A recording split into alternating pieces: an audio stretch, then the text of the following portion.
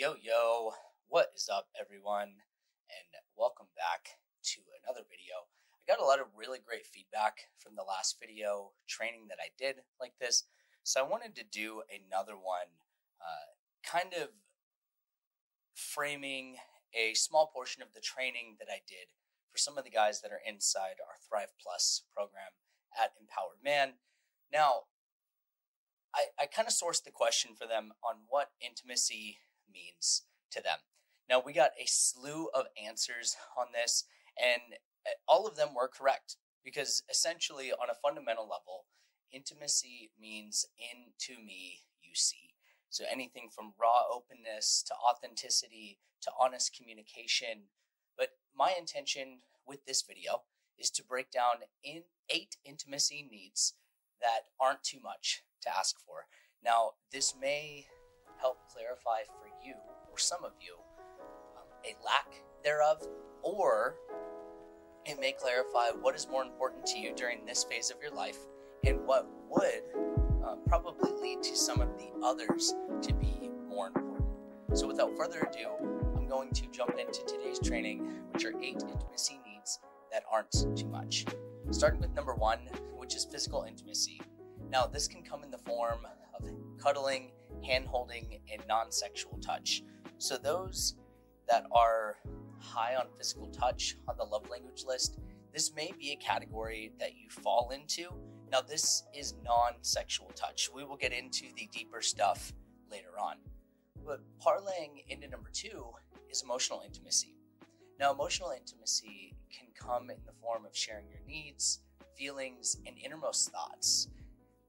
Now, this is not to say that you need to necessarily show up with every single skeleton in your closet in the very beginning.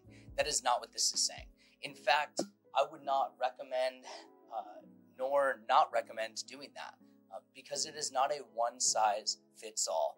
So with that being said, you get to clarify as we're going through these phases what each of these means to you. You know, emotional intimacy to me may look different than it does for you.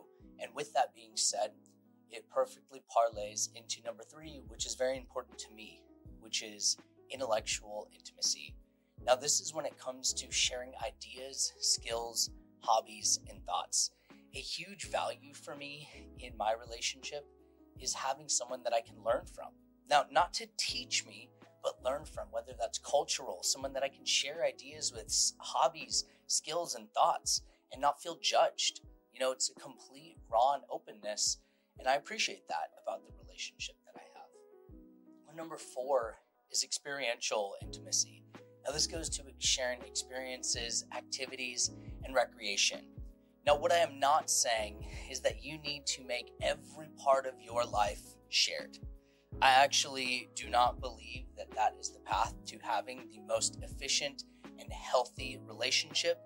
Now, I do also believe that there should be a sense of individuality within the relationship, meaning where the relationship begins and where your individual identity begins for each of you. A lot of the times this gets lost in relationships and we just don't know where to go from there. And it's because we lose a sense of individuality within the relationship. So yes, share experiences, activities, and recreation, but also have things that are sacred to you and that make you, you. The next one is sensual intimacy. Now, this is things ranging from exploring bodily sensations, expressing your desires, and even sharing in sexual energy. So if that is a high level of intimacy to you, understand that when there is trust, there is lust. Now, with that, it leads to number 6. Now, for some people, this is not incredibly high. For others, this could be a deal breaker. So this is what I said. This goes back to what I had mentioned before, is it is not a one-size-fits-all. Now, this is spiritual intimacy.